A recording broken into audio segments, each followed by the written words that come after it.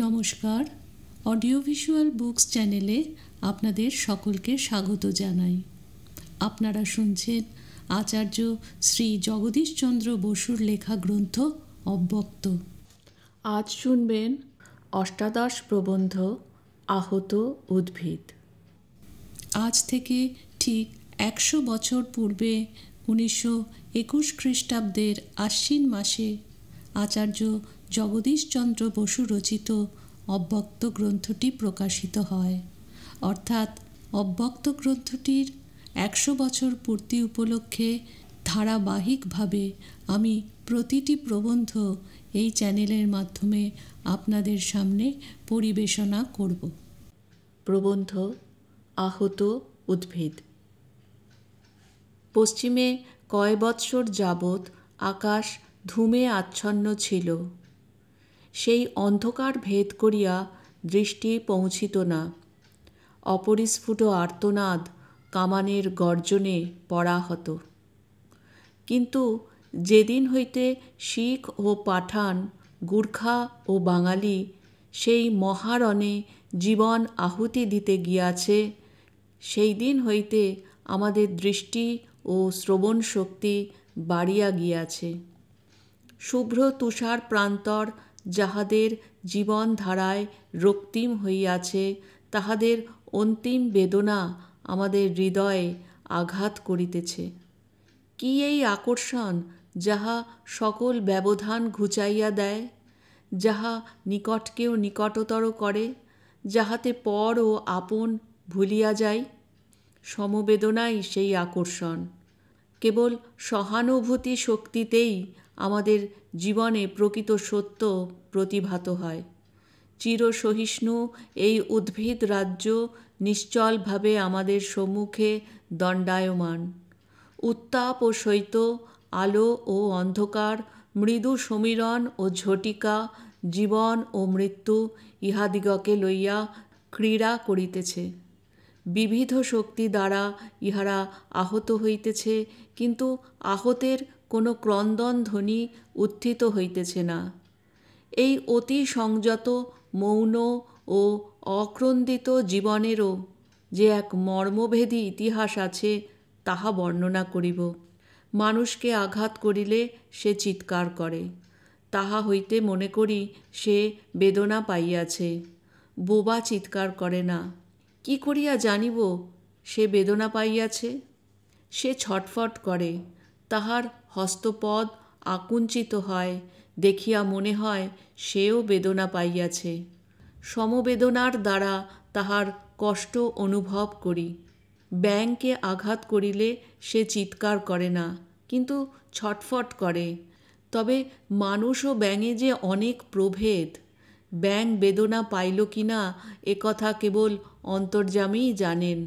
সমবেদনা সতত ঊর্ধ্বমুখী, কখনো কখনো সমতলগামী, কচ্চিৎ নিম্নগামী। ইতর লোকে যে আমাদের মতোই সুখ দুঃখ, মান অপমান বোধ করে, একথা কেহ কেহ সন্দেহ করিয়া থাকেন। ইতর জীবের তো কথাই নাই। তবে ব্যাঙ আঘাত পাইয়া যে কিছু একটা অনুভব করে এবং সাড়া দেয়, একথা মানিয়া লইতেই হইবে। অনুভব করে এই কথা, টের পায় এই অর্থে ব্যবহার করিব। মানুষ বেদনা পায়, ইতর জীব সাড়া দেয়, এই কথাতে কেহ কোনো আপত্তি করিবে না। ব্যাঙের ছটফটানি দেখিয়া হয়তো অভ্যাস দোষে কখনো বলিয়া ফেলিতে পারি যে সে বেদনা পাইয়াছে। এই কথাটা রূপক অর্থে লইবেন।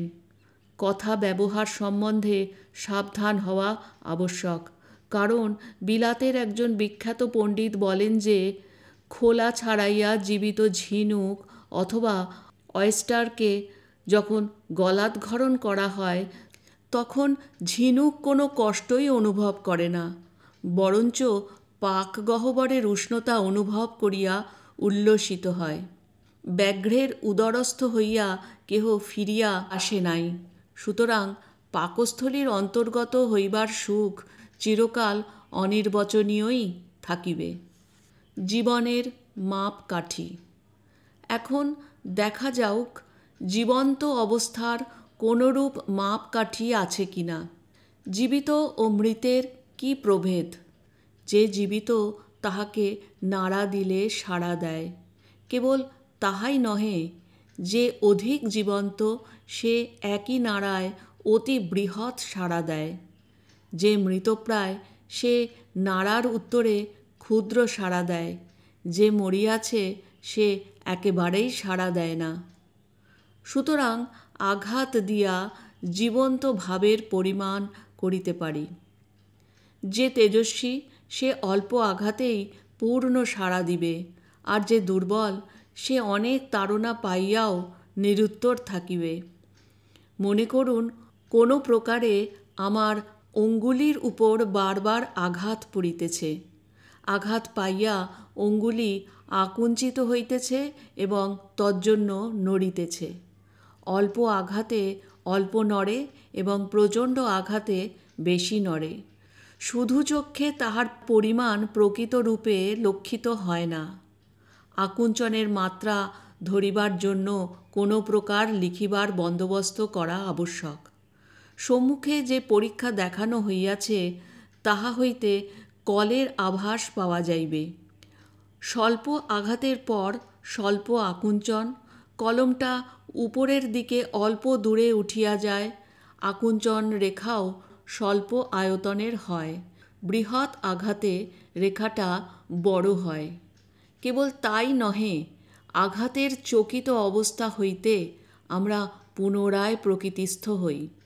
সংকুচিত অঙ্গুলি পুনরায় স্বাভাবিকভাবে প্রসারিত হয়।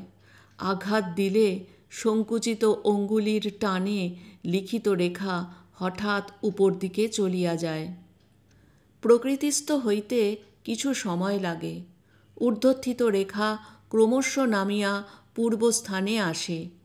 আঘাতের বেদনা অল্প সময় পূর্ণমাত্রা হইয়া থাকে, কিন্তু সেই বেদনা অন্তর্হিত হইতে সময় লাগে।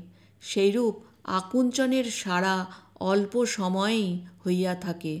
তাহা হইতে প্রকৃতিস্থ হইবার প্রসারণ রেখা অধিক সময় লয়। গুরুতর আঘাতে বৃহত্তর সাড়া পাওয়া যায়। প্রকৃতিস্থ হইতে দীর্ঘতর সময় লাগে। বেদনাও অনেক কাল স্থায়ী হয়। যদি জীবিত পেশী একই অবস্থায় থাকে এবং একইবিধ আঘাত তাহার উপর বারবার পতিত হয়, তাহা হইলে সাড়াগুলি একই রকম হয়। কিন্তু জীবিত পেশী সর্বসময় একই অবস্থায় থাকে না, কারণ বাহ্য জগৎ এবং বিগত ইতিহাস আমাদিগকে মুহূর্তে মুহূর্তে নূতন রূপে গড়িতেছে এবং সেই সঙ্গে সঙ্গে আমাদের প্রকৃতি মুহূর্তে মুহূর্তে পরিবর্তিত হইতেছে। কখনো বা উৎফুল্ল, কখনো বা বিমর্ষ, কখনো বা মুমূর্ষু। এই সকল ভিতরের পরিবর্তন অনেক সময় বাহির হইতে বোঝা যায় না। যিনি দেখিতে ভালো মানুষটি, তিনি হয়তো কোপন স্বভাব, অল্পেতেই সপ্তমে চড়িয়া বসেন। অন্যকে হয়তো কিছুতেই চেতানো যায় না। ব্যক্তিগত পার্থক্য, অবস্থাগত পরিবর্তন, তদ্ভিন্ন জীবনের অনেক ইতিহাস ও স্মৃতি আছে, যাহার ছাপ অদৃশ্য রূপেই থাকিয়া যায়। সে সকল লুপ্ত কাহিনী কি কোনো দিন ব্যক্ত হইবে? প্রথমে মনে হয় এই চেষ্টা একেবারেই অসম্ভব। দেখা যাউক অসম্ভবও সম্ভব হইতে পারে কি না। কি করিয়া লোকের স্বভাব পরখ করিব? সাচ্চা ও ঝুটার প্রভেদ কি? টাকা পরখ করিতে হইলে বাজাইয়া লইতে হয়। আঘাতের সাড়া শব্দরূপে শুনিতে পাই। সাচ্চা ও ঝুটার সাড়া একেবারেই বিভিন্ন। একটাতে সুর আছে, অন্যটা একেবারে বেসুর। মানুষের প্রকৃতিও বাজাইয়া পরখ করা যায়। অদৃষ্ট দারুণ আঘাত দিয়া মানুষকে পরীক্ষা করে। সাচ্চা ও ঝুটার পরীক্ষা কেবল তখনই হয়। হয়তো এই রূপে জীবের প্রকৃতি ও তাহার ইতিহাস বাহির করা যাইতে পারে। আঘাত করিয়া এবং তাহার সাড়া লিপিবদ্ধ করিয়া। সাড়া লিপি তো রেখা মাত্র, কোনোটা একটু বড়, কোনোটা একটু ছোট। দুইটি রেখার সামান্য বিভেদ হইতে এমন অব্যক্ত, এমন অন্তরঙ্গ, এমন রহস্যময় ইতিহাস কীরূপে ব্যক্ত হইবে? কথাটা যত অসম্ভব মনে হয়, বাস্তবিক তত নয়। গ্রহবৈগুণ্যে হয়তো আমাদিগকে কোনো দিন আসামিরূপে আদালতে উপস্থিত হইতে হইবে। সেখানে আসামির বাগাড়ম্বর করিবার অধিকার নাই। কৌশলীর জেরাতে কেবল হাঁ কিংবা না এইমাত্র উত্তর দিতে হইবে, অর্থাৎ কেবলমাত্র দুই প্রকার সাড়া দিতে পারিব, শিরের ঊর্ধ্বাধ অথবা দক্ষিণ বামে আন্দোলন দ্বারা। যদি আসামির নাকের উপর কালি মাখাইয়া সম্মুখে একখানি অতি শুভ্র স্ট্যাম্প কাগজ ধরা যায়, তাহা হইলে কাগজে দুই রকম সাড়া লিখিত হইবে। ইহাই প্রকৃত নাকে খত। এবং এই দুইটি রেখাময়ী সাড়া দ্বারা স্বয়ং ধর্মাবতার বিচারপতি আমাদের সমস্ত জীবন পরীক্ষা করিবেন। সেই বিচারের ফলেই আমাদের ভবিষ্যৎ বাসস্থান নিরূপিত হইবে, কলকাতায় কিংবা আন্দামানে, ইহলোকে কিংবা পরলোকে। এতক্ষণ মানুষের কথা বলিলাম, গাছের কথা ও তাহার গূঢ় ইতিহাসের কথা এখন বলিব। গাছের পরীক্ষা করিতে হইলে গাছকে কোনো বিশেষ রূপে আঘাত দ্বারা উত্তেজিত করিতে হইবে এবং তাহার উত্তরে সে যে সংকেত করিবে তাহাকে দিয়াই লিপিবদ্ধ করাইতে হইবে। সেই লিখনভঙ্গি দিয়াই তাহার বর্তমান ও অতীত ইতিহাস উদ্ধার করিতে হইবে। সুতরাং এই দুরূহ প্রযত্ন সফল করিতে হইলে দেখিতে হইবে, ১. গাছ কি কি আঘাতে উত্তেজিত হয় এবং কিরূপে সেই আঘাতের মাত্রা নিরূপিত হইতে পারে। ২. আঘাত পাইয়া গাছ উত্তরে কিরূপ সংকেত করে। ৩. কি প্রকারে সেই সংকেত লিপিরূপে অঙ্কিত হইতে পারে। ৪. সেই লেখার ভঙ্গি হইতে কি করিয়া গাছের ইতিহাস উদ্ধার হইতে পারে। ৫. গাছের হাত অর্থাৎ ডাল কাটিলে গাছ কিভাবে তাহা অনুভব করে। গাছের উত্তেজনার কথা পূর্বেই বলিয়াছি, আমাদের কোনো অঙ্গে আঘাত করিলে সেখানে একটা বিকারের ভাব উৎপন্ন হয়, তাহাতে অঙ্গ সংকুচিত হয়। তদ্ভিন্ন আহত স্থান হইতে সেই বিকারজনিত একটা ধাক্কা স্নায়ুসূত্র দিয়া মস্তিষ্কে আঘাত করে। তাহা আমরা আঘাতের মাত্রা ও প্রকৃতি ভেদে সুখ কিংবা দুঃখ বলিয়া মনে করি। অঙ্গ প্রত্যঙ্গ বাঁধিলে যদিও নড়িবার শক্তি বন্ধ হয়, তথাপি সেই স্নায়ুসূত্র বাহিয়া যে সংবাদ যায় তাহা বন্ধ হয় না। বৃক্ষকে তার দিয়া বৈদ্যুতিক কলের সঙ্গে সংযোগ করিলে দেখা যায় যে গাছকে আঘাত করিবা মাত্র সে একটা বৈদ্যুতিক সাড়া দিতেছে। গাছের মৃত্যুর পর আর কোনো সাড়া পাওয়া যায় না। এইরূপে সকল প্রকার গাছ এবং তাহার প্রত্যেক অঙ্গ প্রত্যঙ্গ আঘাত অনুভব করিয়া যে সাড়া দেয় তাহা প্রমাণ করিতে সমর্থ হইয়াছি। কোনো কোনো গাছ আছে যাহারা নড়িয়া সাড়া দেয়, যেমন লজ্জাবতী লতা। প্রতি পত্রমূলের নিচের দিকে উদ্ভিদ পেশী অপেক্ষাকৃত স্থূল। আমাদের মাংসপেশী আহত হইলে যেরূপ সংকুচিত হয়, পত্রমূলের নিচের দিকের উদ্ভিদ পেশীও আঘাতে সেইরূপ সংকুচিত হয়। তাহার ফলে পাতাটা পড়িয়া যায়।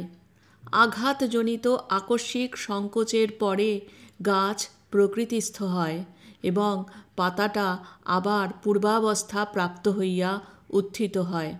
মানুষ যেরূপ হাত নাড়িয়া সাড়া দেয়, লজ্জাবতী সেইরূপ পাতা নাড়িয়া সাড়া দেয়। মানুষকে যেরূপে উত্তেজিত করা যায়, লজ্জাবতীকে ঠিক সেই প্রকারে যেমন লাঠির আঘাত দিয়া, চিমটি কাটিয়া, উত্তপ্ত লোহার ছ্যাঁকা দিয়া, অ্যাসিডে পোড়াইয়া উত্তেজিত করা যাইতে পারে। এই সকল নাড়া পাইয়া পাতা সাড়া দেয়। তবে এই সকল ভীষণ তাড়না পাতা অধিক কাল সহ্য করিতে না পারিয়া প্রাণ ত্যাগ করে। সুতরাং দীর্ঘকাল পরীক্ষার জন্য এমন কোনো মৃদু তাড়নার ব্যবস্থা আবশ্যক, যাহাতে পাতার প্রাণ নাশ হয় না এবং নাড়ার মাত্রাটা যেন ঠিক এক পরিমাণে থাকে। গাছটিকে কোনো সহজ উপায়ে নিদ্রিত অথবা নিশ্চল অবস্থা হইতে জাগাইতে হইবে। রাজকন্যা মায়াবশে নিদ্রিতা ছিলেন। সোনার কাঠি ও রূপার কাঠির স্পর্শে তাহার ঘুম ভাঙিয়া গেল। সম্মুখের পরীক্ষা হইতে জানা যাইতেছে যে সোনার কাঠি ও রূপার কাঠি স্পর্শ করা মাত্র লজ্জাবতী লতা ও নিশ্চল ব্যাঙ পাতা ও গা নাড়িয়া সাড়া দিল। ইহার কারণ এই যে দুই বিভিন্ন ধাতুর স্পর্শ হইলেই বিদ্যুৎ স্রোত বহিতে থাকে এবং সেই বিদ্যুৎ বলে সর্বপ্রকার জীব ও উদ্ভিদ একই রূপে উত্তেজিত হয়। বিদ্যুৎ শক্তি দ্বারা উত্তেজিত করিবার সুবিধা এই যে কল দ্বারা উহার শক্তি হ্রাস বৃদ্ধি করা যায় অথবা একই প্রকার রাখা যাইতে পারে। ইচ্ছাক্রমে বিদ্যুতের আঘাত বজ্রানুরূপ ভীষণ করিয়া মুহূর্তে জীবন ধ্বংস করা যাইতে পারে অথবা কলের কাঁটা ঘুরাইয়া আঘাত মৃদু হইতে মৃদুতর করা যায়। এইরূপ মৃদু আঘাতে বৃক্ষের কোনো অনিষ্ট হয় না। গাছের লিপি যন্ত্র।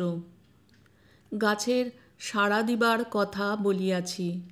এখন কঠিন সমস্যা এই যে কি করিয়া গাছের সাড়া লিপিবদ্ধ করা যাইতে পারে। জন্তুর সাড়া সাধারণত কলম সংযোগে লিপিবদ্ধ হইয়া থাকে, কিন্তু চড়ুই পাখির লেজে কুলা বাঁধিলে তাহার উড়িবার যেরূপ সাহায্য হয়, গাছের পাতার সহিত কলম বাঁধিলে তাহার লিখিবার সাহায্য সেইরূপ হইয়া থাকে। এমনকি বনচাঁড়ালের ক্ষুদ্র পত্র সুতার ভার পর্যন্তও সহিতে পারে না। সুতরাং সে যে কলম ঠেলিয়া সাড়া লিখিবে এরূপ কোনো সম্ভাবনা ছিল না।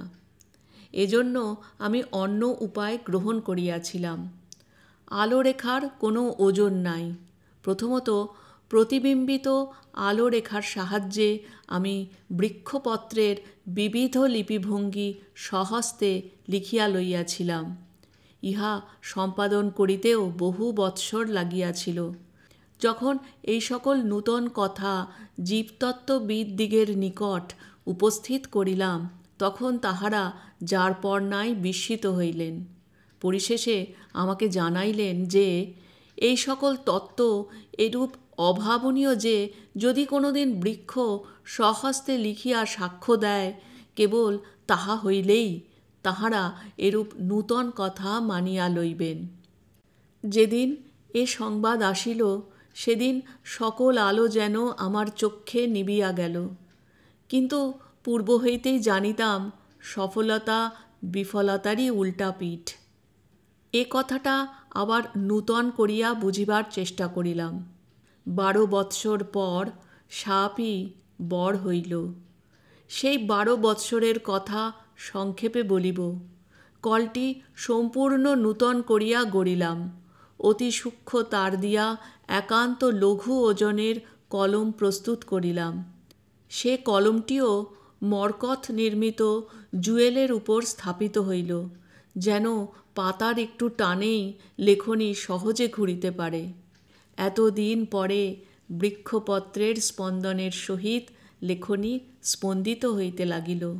তাহার পর লিখিবার কাগজের ঘর্ষণের বিরুদ্ধে কলম আর উঠিতে পারিল না। কাগজ ছাড়িয়া মসৃণ কাঁচের ওপর প্রদীপের কৃষ্ণ কাজল লেপিলাম। কৃষ্ণ লিপিপটে শুভ্র লেখা হইল। ইহাতে ঘর্ষণের বাধাও অনেকটা কমিয়া গেল, কিন্তু তাহা সত্ত্বেও গাছের পাতা সেই সামান্য ঘর্ষণের বাধা ঠেলিয়া কলম চালাইতে পারিল না।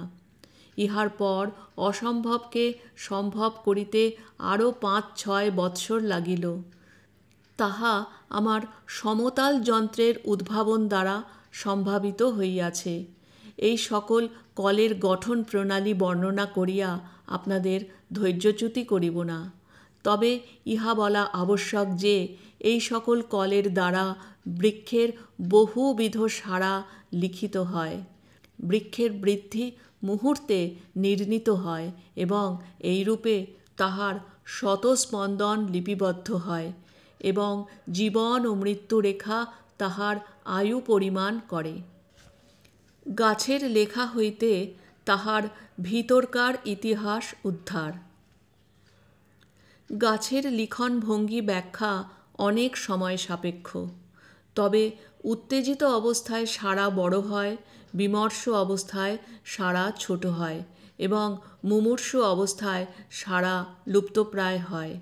এই যে সাড়ালিপি সম্মুখে দেখিতেছেন, তাহা লিখিবার সময় আকাশ ভরিয়া পূর্ণ আলো এবং বৃক্ষ উৎফুল্ল অবস্থায় ছিল। সেই জন্য সাড়াগুলির পরিমাণ কেমন বৃহৎ। দেখিতে দেখিতে সাড়ার মাত্রা কোনো অজ্ঞাত কারণে হঠাৎ ছোট হইয়া গেল। ইতিমধ্যে যদি কোনো পরিবর্তন হইয়া থাকে, তাহা আমার অনুভূতিরও অগোচর ছিল। বাহিরে আসিয়া দেখিলাম সূর্যের সম্মুখে একখানা ক্ষুদ্র মেঘখণ্ড বাতাসে উড়িয়া যাইতেছে। তাহার জন্য সূর্যালোকের যে যৎকিঞ্চিৎ হ্রাস হইয়াছিল, তাহা ঘরের ভিতর হইতে কোনরূপে বুঝিতে পারি নাই, কিন্তু গাছ টের পাইয়াছিল। সে ছোট্ট সাড়া দিয়া তাহার বিমর্ষতা জ্ঞাপন করিল। আর যেই মেঘখণ্ড চলিয়া গেল, অমনি তাহার পূর্বের ন্যায় উৎফুল্লতার সাড়া প্রদান করিল। পূর্বে বলিয়াছি যে আমি বৈদ্যুতিক পরীক্ষা দ্বারা প্রমাণ করিয়াছিলাম যে সকল গাছেরই অনুভব শক্তি আছে। এ কথা পশ্চিমের বৈজ্ঞানিকরা অনেক দিন পর্যন্ত বিশ্বাস করিতে পারেন নাই। কিয়দ্দিন হইল ফরিদপুরের খেজুর বৃক্ষ আমার কথা প্রমাণ করিয়াছে। এই গাছটি প্রত্যুষে মস্তক উত্তোলন করিত আর সন্ধ্যার সময় মস্তক অবনত করিয়া মৃত্তিকা স্পর্শ করিত। ইহা যে গাছের বাহিরের পরিবর্তনের অনুভূতিজনিত, তাহা প্রমাণ করিতে সমর্থ হইয়াছি। যে সকল উদাহরণ দেওয়া গেল, তাহা হইতে বুঝিতে পারিবেন যে বৃক্ষলিখিত সাড়া দ্বারা তাহার জীবনের গুপ্ত ইতিহাস উদ্ধার হইতে পারে। গাছের পরীক্ষা হইতে জীবন সম্বন্ধে এইরূপ বহু নূতন তথ্য আবিষ্কার সম্ভবপর হইয়াছে। বৈজ্ঞানিক সত্য ব্যতীত অনেক দার্শনিক প্রশ্নেরও মীমাংসা হইবে বলিয়া মনে হয়। পাত্রাধার তৈল। শুনিতে পাই কুকুরের লাঙুল আন্দোলন লইয়া দুই মতের এ পর্যন্ত মীমাংসা হয় নাই। কেহ কেহ বলিয়া থাকেন কুকুর লেজ নাড়ে, অন্য পক্ষ বলিয়া থাকেন লেজই কুকুরকে নাড়িয়া থাকে। এইরূপ পাতা নড়ে কি গাছ নড়ে? তৈলাধার পাত্র কি পাত্রাধার তৈল?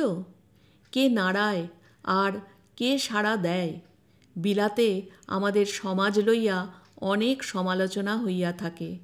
এদেশে নাকি নারী জাতি নিজের ইচ্ছায় কিছু করিতে পারেন না, কেবল পুরুষের ইঙ্গিতে পুতুলের ন্যায় তাহারা চলাফেরা করিয়া থাকেন। কে কাহার ইঙ্গিতে চলে, রাস কাহার হাতে? কে নাড়ায়, কুকুর কিংবা তাহার লেজ? ভুক্তভোগীরা যাহা যাহা বলেন তাহা অন্যরূপ। বাহিরে যতই প্রতাপ, যতই আস্ফালন, এ সকল পুতুলের নাচ মাত্র। চালাইবার সূত্র নাকি অন্তঃপুরে। এমন সময়ও আসে যখন রমণী সেই বন্ধনরজ্জু স্বীয় হস্তেই ছেদন করেন। অঞ্চল দিয়া যাহাকে এতদিন রক্ষা করিয়াছিলেন, তাহাকেই আদেশ করেন, যাও তুমি দূরে, কেবল আশীর্বাদ লইয়া। তোমাকে মৃত্যুর হস্তেই বরণ করিলাম। আঘাত করিলে লজ্জাবতীর পাতা পড়িয়া যায়। পাতা নড়ে কিংবা গাছ নড়ে, তাহা পরীক্ষা করিয়া নির্ণয় করা যাইতে পারে। প্রথম, গাছ ধরিয়া রাখিলে গাছ নড়িতে পারে না, পাতাই নড়ে। কিন্তু যদি পাতা ধরিয়া মাটি হইতে মূল উঠাইয়া লওয়া যায়, তাহা হইলে দেখা যায় আঘাতে গাছই নড়িয়া ওঠে, পাতা স্থির থাকে। অঙ্গে আঘাত পাইলে সেই আঘাতের বেদনা সমস্ত শিরায় শিরায় বৃক্ষের সর্ব অঙ্গ প্রত্যঙ্গে ধাবিত হয় এবং একের আপদ অন্যে নিজের বলিয়া লয়।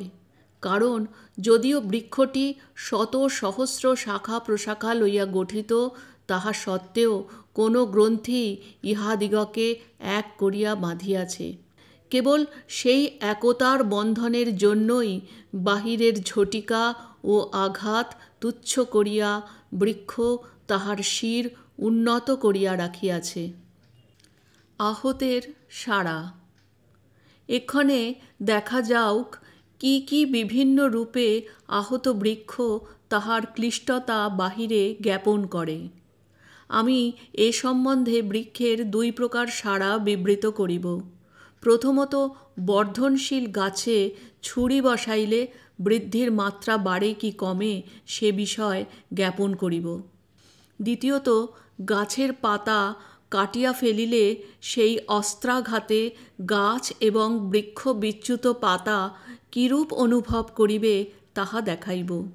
গাছ স্বভাবত কতখানি করিয়া বাড়ে তাহা জানিতে হইলে অনেক সময় লাগে। শম্ভুকের গতি হইতেও গাছের বৃদ্ধিগতি 6 সহস্র গুণ ক্ষীণ। এজন্য আমাকে এক নতুন কল আবিষ্কার করিতে হইয়াছে, তাহার নাম ক্রস্কোগ্রাফ।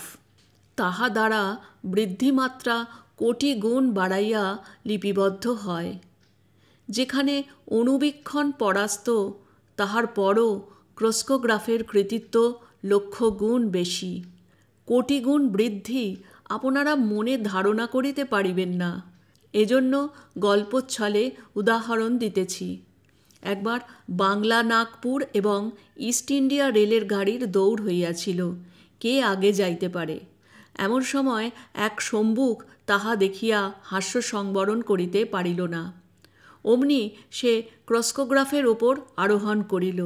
খানিক পরে ঘাড় ফিরাইয়া দেখিতে পাইল গাড়ি বহু পশ্চাতে পড়িয়া রহিয়াছে। ইচ্ছা ছিল কলের নাম ক্রস্কোগ্রাফ না রাখিয়া বৃদ্ধিমান রাখি, কিন্তু হইয়া উঠিল না। আমি প্রথম আমার নতুন কলগুলির সংস্কৃত নাম দিয়াছিলাম, যেমন কুঞ্চনমান এবং শোষণমান। স্বদেশী প্রচার করিতে যাইয়া অতিশয় বিপন্ন হইতে হইয়াছে। প্রথমত এই সকল নাম কিম্ভূত কিমাকার হইয়াছে বলিয়া বিলাতি কাগজ উপহাস করিলেন। কেবল বোস্টনের প্রধান পত্রিকা অনেক দিন আমার পক্ষ সমর্থন করিয়াছিলেন। সম্পাদক লেখেন, যে আবিষ্কার করে তাহারই নামকরণের প্রথম অধিকার। তাহার পর নূতন কলের নাম পুরাতন ভাষা ল্যাটিন ও গ্রিক হইতেই হইয়া থাকে। তাহা যদি হয় তবে অতি পুরাতন অথচ জীবন্ত সংস্কৃত হইতে কেন হইবে না? বলপূর্বক যেন নাম চালাইলাম, কিন্তু ফল হইল অন্যরূপ। গতবার আমেরিকার বিশ্ববিদ্যালয়ের বক্তৃতার সময় তথাকার বিখ্যাত অধ্যাপক আমার কল কাঞ্চনম্যান সম্বন্ধে ব্যাখ্যা করিবার জন্য অনুরোধ করিলেন। প্রথমে বুঝিতে পারি নাই, শেষে বুঝিলাম কুঞ্চনমান কাঞ্চনম্যানে রূপান্তরিত হইয়াছে। হান্টার সাহেবের প্রণালী মতে কুঞ্চন বানান করিয়াছিলাম, হইয়া উঠিল কাঞ্চন। রোমক অক্ষরমালার বিশেষ গুণ এই যে ইহার কোনো একটা স্বরকে অ হইতে ঔ পর্যন্ত যথেচ্ছ রূপে উচ্চারণ করা যাইতে পারে। কেবল হয় না রি ও লি, তাহাও উপরে কিংবা নিচে 2-1 ফোঁটা দিলে হইতে পারে। সে যাহা হোক, বুঝিতে পারিলাম হিরণ্যকশিপুকে দিয়া বরং হরিনাম উচ্চারণ করানো যাইতে পারে, কিন্তু ইংরেজকে বাংলা কিংবা সংস্কৃত বলানো একেবারেই অসম্ভব। এই জন্যই আমাদের হরিকে হ্যারি হইতে হয় এই সকল দেখিয়া কলের বৃদ্ধিমান নামকরণের ইচ্ছা একেবারে চলিয়া গিয়াছে। বৃদ্ধিমান হইতে বার্ডওয়ান হইত, তার চেয়ে বরং ক্রস্কোগ্রাফি ভালো। বাড়ন্ত গাছ প্রতি সেকেন্ডে কতটুকু বৃদ্ধি পায় তাহা পর্যন্ত এই কল লিখিয়া দেয়। ইহাতে জানা যায় যে এই গাছটি 1 মিনিটে 1 ইঞ্চির লক্ষ ভাগের 42 ভাগ করিয়া বাড়িতেছিল। গাছটিকে তখন একখানা বেত দিয়া সামান্য রকমে আঘাত করিলাম, অমনি গাছের বৃদ্ধি একেবারে কমিয়া গেল। সে আঘাত ভুলিতে গাছের আধ ঘণ্টার অধিক সময় লাগিয়াছিল। তাহার পর অতি সন্তর্পণে সে পুনরায় বাড়িতে আরম্ভ করিল। হে বেত্রপানি স্কুলমাস্টার, তোমার কানমলা খাইয়া কেহ কেহ যে হাইকোর্টের জজ পর্যন্ত হইয়াছেন তাহাতে কোনো সন্দেহ নাই, কিন্তু ছেলেরা তোমার হাতে বেত খাইয়া যে হঠাৎ লম্বায় বাড়িয়া উঠিবে এ সম্বন্ধে গুরুতর সন্দেহ আছে। সর্বপ্রকার আঘাতেই বৃদ্ধি কমিয়া যায়। সূচ দিয়া বিধিয়াছিলাম, তাহাতে গাছের বৃদ্ধি কমিয়া 1/4 হইয়া গেল। 1 ঘণ্টা পরেও সে আঘাত সামলাইয়া উঠিতে পারে নাই। তখনও তাহার বৃদ্ধির গতি অর্ধেকেরও অধিক হইতে পারে নাই। ছুরি দিয়া লম্বাভাবে চিরিলে আঘাত আরও গুরুতর হয়, তাহাতে বৃদ্ধি অনেক সময় পর্যন্ত থামিয়া যায়। কিন্তু লম্বা চেরার চেয়ে এপাশ ওপাশ করিয়া কাটা আরও নিদারুণ। কই মাছ কাটিবার সময় এই কথাটি যেন গৃহলক্ষ্মীরা মনে রাখেন। আঘাতে অনুভূতি শক্তির বিলোপ। ইহার পর লজ্জাবতী লতার পাতা কাটিলাম। তাহাতে কাটা পাতা এবং গাছের যে সকল পাতা ছিল সমস্তগুলি মুশড়াইয়া পড়িয়া গেল।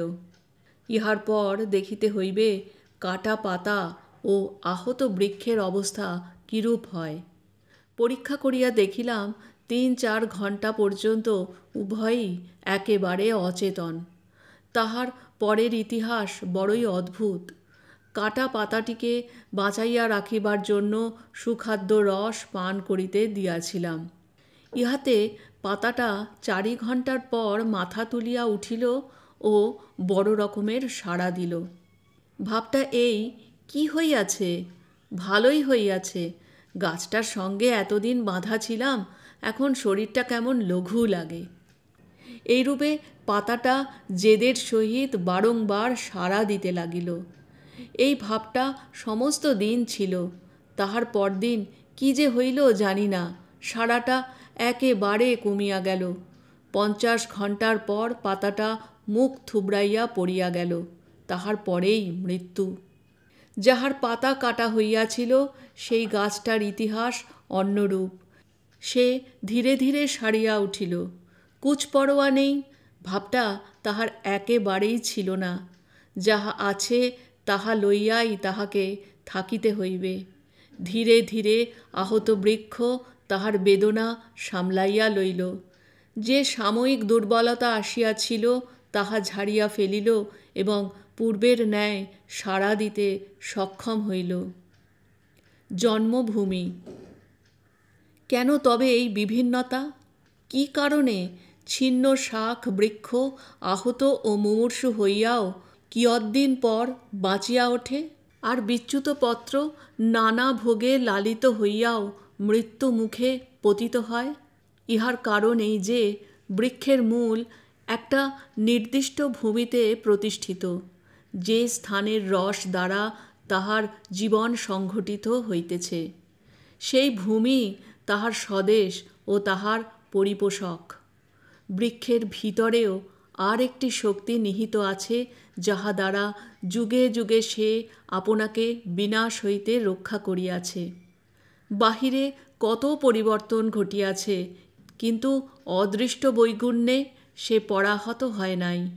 বাহিরের আঘাতের উত্তরে পূর্ণ জীবন দ্বারা সে বাহিরের পরিবর্তনের সহিত যুঝিয়াছে। যে পরিবর্তন আবশ্যক সে তাহা গ্রহণ করিয়াছে, যাহা অনাবশ্যক জীর্ণ পত্রের ন্যায় সে তাহা ত্যাগ করিয়াছে। এইরূপে বাহিরের বিভীষিকা সে উত্তীর্ণ হইয়াছে। আরও একটি শক্তি তাহার চিরসম্বল রহিয়াছে। সে যে বটবৃক্ষের বীজ হইতে জন্মগ্রহণ করিয়াছে, সেই স্মৃতির ছাপ তাহার প্রতি অঙ্গে রহিয়াছে।